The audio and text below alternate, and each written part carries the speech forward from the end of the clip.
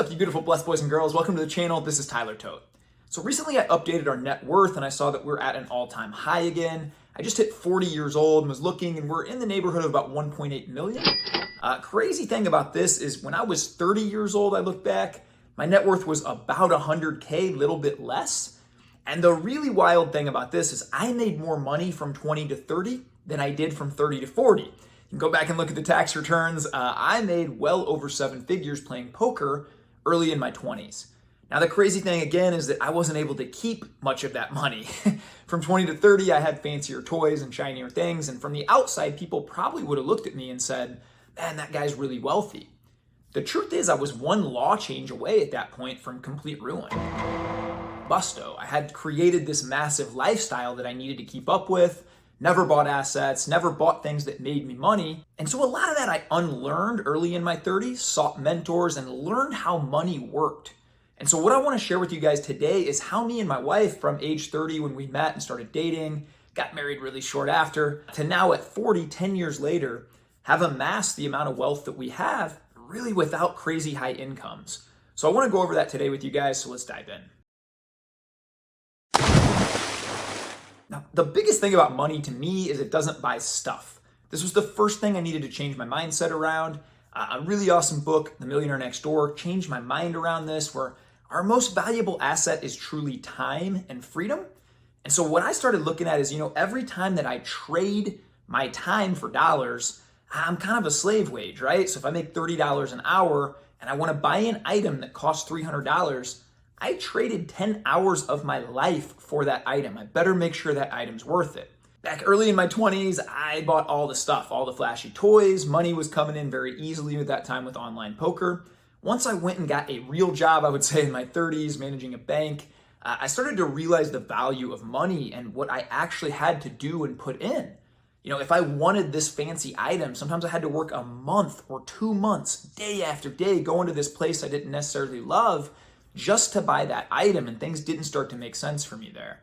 So I started to unlearn that, and that's my first tip I'd give to you guys, is to just start to view money a little different in terms of not what can it buy me or what is its purchasing power, but can it buy me what I truly desire, and that's freedom and the actual life that I want. Now, a template for this that I always recommend people use, talked about it on the channel, write out what your perfect day would look like. This is what I did many, many years ago. I said, hey, if I just had $10 million in the bank, whatever number it is, where I'd never have to worry about money again, here's what I would want my days to look like. If I never again had to trade my time for money, what would I do all day? What would I work on? Who would I be around? What would my days look like? Once I had this crystal clear vision of what I wanted my life to look like, it was very easy to start to view money in terms of, well, I just need this much to buy my freedom. So I'd urge you, step one is to get that crystal clear vision. Start to think about what you want your life to look like in 4, 5, 10 years down the road, and then let's start driving towards it. Now, the second thing I'll say here is, look, you got to marry the right spouse. For all you single people out there, this is the biggest one ever. Now, I don't mean, I think this is misconception sometimes where people say, well, I'm just going to marry somebody worth $50 million or some rich family. I guess that's a strategy, but that's not what I'm talking about here. My wife brought in around the same net worth when we met at 30. The crazy thing is she had made about 15 times less than I did, but she had the same amount saved. She started to teach me to delay gratification. She started to teach me, again, what I just kind of mentioned before, that money doesn't just buy stuff, it can buy a life that we desire. I think you need to have these money talks while you're dating and say, what's our goal? Do we both want to just work till we're 65 like the system tells us to do, or do we have other aspirations? Do we want to create a different kind of life? You need to know what your dollars are doing together and put those to work for you. Now, maybe you're saying, hey, Ty, it's too late, man. I'm in a marriage and my wife just always spending. I totally understand that, or it could be the other way. Some wives say, I'm frustrated by my husband. Money burns a hole in his pocket. At that point, you need to do the difficult thing and sit down with them and say, look, here's what we make every month. Here's what goes out. I don't want to have to work until I'm 65. I don't want you to have to work till you're 65 or later. Let's craft a plan. Let's start to budget. Let's take control of some of these things. So how do you do that? How do you take control of some of these things? Well, that's step 3. And this is a game changer, guys. Pay yourself first. Now, I always heard this, I read this in a couple books when I'm in my 20s, pay yourself first. I didn't really know what that meant, to be honest. So let me break it down in simple terms. Here's what most people do, most normal people and most quite honest, poor people and middle class and broke people do. They get paid, they pay their bills, they buy stuff. If anything's left over, they might save some. Guess what happens? Most months, not much is left over. They see something they want, they see something they think they deserve, and they get it. That is how most people live their lives. That's how I lived my life for a long time. What we flipped around was now every single time we get paid, we pay ourselves first. Our future and our dreams and the life we want to create is first. So we buy assets with that money. We pay down our debt very aggressively with that money. So whatever is left after we pay ourselves, that is what we live on. So the cool thing is you can start wherever you're at on this. Maybe it's just, we're going to pay ourselves first $50 this month, $100 this month. Start small, start where you're at. Hey, you know what? That $100 didn't hurt at all. Actually, didn't even really miss anything. Let's go for $200 next month. My wife and I, 10 years later, now to a point where about 60 to 70% of our income every month pays us. 10% goes to the Lord. I'll get that later. But we're able to live on about 20% of what we actually bring in just because, to be honest, we unlearned a lot of the old stuff doesn't make us happy, right? So that's the biggest lesson here. Pay yourself first. You get a paycheck on Friday, boom. Put the first 5-10% in your brokerage account. Boom, pay off the debt aggressively with the first 5-10%. Pay yourself first, create that margin, and build towards your dreams. The fourth one, this is what me and my wife do every quarter. I call it a financial audit. Now look, I just look at our home and our finances, our house, our family, everything we have is, I'm the CEO, my wife's the co-CEO of it. Nobody else makes the decisions but me and her. As any good CEO of any good company would do, we need to be mindful of where our dollars are going. Are we putting them to work as we best can? Can we track our net worth and see that we're always trending in the right direction? So once a quarter, we sit down and we look at some of these things. Now, I'll let you guys know we're the most boring investors in the world. I don't buy all the altcoins, all the flashy stuff. I've avoided many pitfalls by friends telling me these get-rich-quick schemes. Don't really believe in that. So yeah, we're very boring investors. We own, our biggest investment is farmland that pays us passively every year. Our second biggest is we just own a bunch of ETFs and dividend stocks that just continue to reinvest and build. And our biggest goal around this is to have enough passive income that if neither of us chose to work ever again, we wouldn't have to. So for instance, our farmland that we bought 6-7 years ago completely paid off, pays us about $30,000 a year. So when we start to look at, okay, what's it cost us per month to live? For us, it's about $4,000, $4,500 a month to live. Okay, well now we can say, just by that farmland, we're already, 40% there. Now we got the dividend stocks coming in at $800-900 a month now we're up to, somewhere in there. Okay, now we can say we're over 50%. Okay, we got this other couple little investments here and things like that. So now we're up to the point where, we have about 65% of our nut covered every month if we never choose to work. My goal in the next couple of years is to get that to 100% and start donating a lot more, to be honest. But the big takeaway here is to do a financial audit. Know where your dollars are going. The first time me and my wife did this, we had 7 or 8 subscriptions we weren't even using. I was paying monthly for some poker training site I hadn't used in 3 years. We were paying $120 a month for cable packages that we never watched. So go back through and see where those dollars are going. See how you can take control of them. And then again, go back to that last tip and start paying yourself first and building towards that future you want. The fifth one, and this one is huge, consume less, create more. Now, what do I mean by that? Most people in today's day and age are simply consumers. They consume media constantly. They consume content. They consume Netflix. They consume, and nobody creates. You don't get that creative side going. Now I could go off on a tangent here. I think that's why there's a lot of unrest and not a lot of peace in our society. That's why we're the most heavily medicated society. Because a lot of people are working jobs they don't necessarily love every day and then just consuming. And they never activate that part of their brain that's creative and wants to build, which I think we all have something inside us that wants to do that. So when I say create more, this doesn't mean be a content creator if you don't want to create content. But guys, use that creative genius that you have.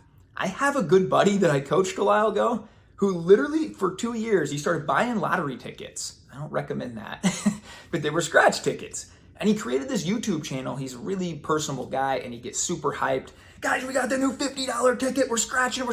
This guy today got 140,000 subs, makes 15K a month scratching lottery tickets 2 times a week.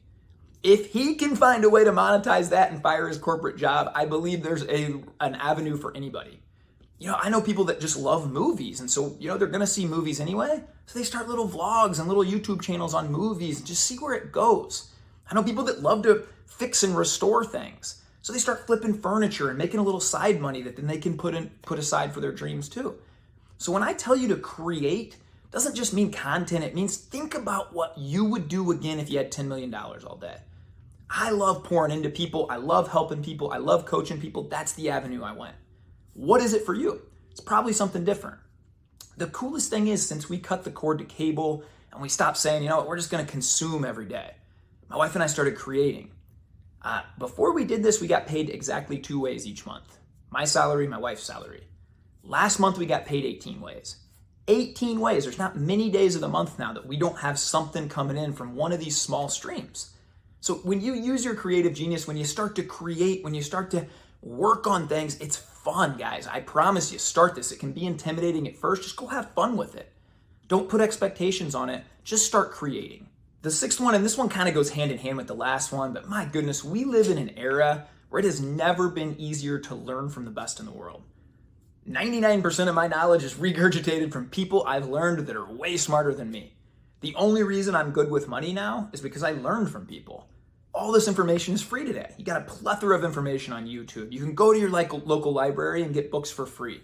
I can recommend a bunch of them here on the channel. Let me know if you need some recommendations. But it has never been easier to have as much content out there for us to consume. Now that comes with a caveat. It's also never been more distractions. And I talked about that last time, where there's so much information and so much things to consume every day. So you have to make that choice. Am I a consumer that's just simply going to do this stuff and live the normal way? Or do I want to be a creator and learn and grow and thrive and create any kind of life I want?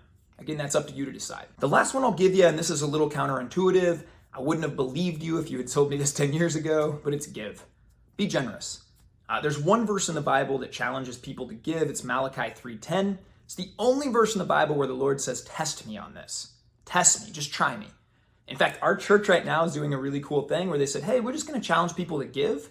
If you've never given before, do it for 90 days. We'll put it in a separate account. If after 90 days you haven't had some kind of cool thing, your heart hasn't changed, whatever it is, the blessings, no questions asked. Just tell us, we'll send it right back. I think that's the coolest thing ever. I genuinely, again, I wish I had a better way to explain this, but my wife and I give our first fruits the first of every month. Check goes to our church. We try and be generous where we can here and there. It's a better way to live, and the Lord just has blessed us in ways where it doesn't make sense. Again, I made more money from 20 to 30 than I have from 30 to 40. I have 18 times as much now. 18 times as much in the next decade. It doesn't make sense. But I'm telling you, if you're a believer in Christ, you just have to know that some things don't make sense mathematically, and this is one. I'd encourage you to just be generous, start small, and see where the Lord takes it. The last bonus tip I'll give you is to make your bank work for you. Now, I did a whole YouTube video on this. I used to be a former bank manager. Wealthy people just tend to use banks and use the system a lot different than not wealthy people. So I'll link that below, and I'd recommend you guys checking that one out after this. I guess I do want to say that if your main goal is money, I believe you're always going to be poor. To be honest, I don't think you can have enough. I got the privilege to hop on a coaching call, it's about a year ago now, with a guy who was a legitimate billionaire. And he hired me because he said, you know, Ty, I have 5 homes. I have every toy in the world, everything on paper that says I should be happy. I'm a billionaire, and yet I'm the most stressed out, anxious, unhappy, ungrateful guy in the world. He said, you know, a lot of the friends I hang out with are multi-billionaires, and I'm always comparing to them. And so, guys, if your whole goal is just to stack money for the sake of stacking money, I believe you'll never be happy. You have to seek a purpose bigger than that, and then just understand that money is a great tool. If you learn to be good with money, it can make your life so much easier. You can be around your kids more. You can live life on your own terms instead of simply trading your time for dollars. You can learn how the system works. You can learn how money can work for you. So if this video has been somewhat informative, guys, any questions, just fire them down below. I'm happy to share my knowledge. If I don't know, I'm happy to point you in directions of somebody who does. So I hope you guys have the greatest day of your life. Thanks for tuning in. Remember to be kind to yourself, be kind to others, bless up. That's how we change the world, baby. Go have the greatest day.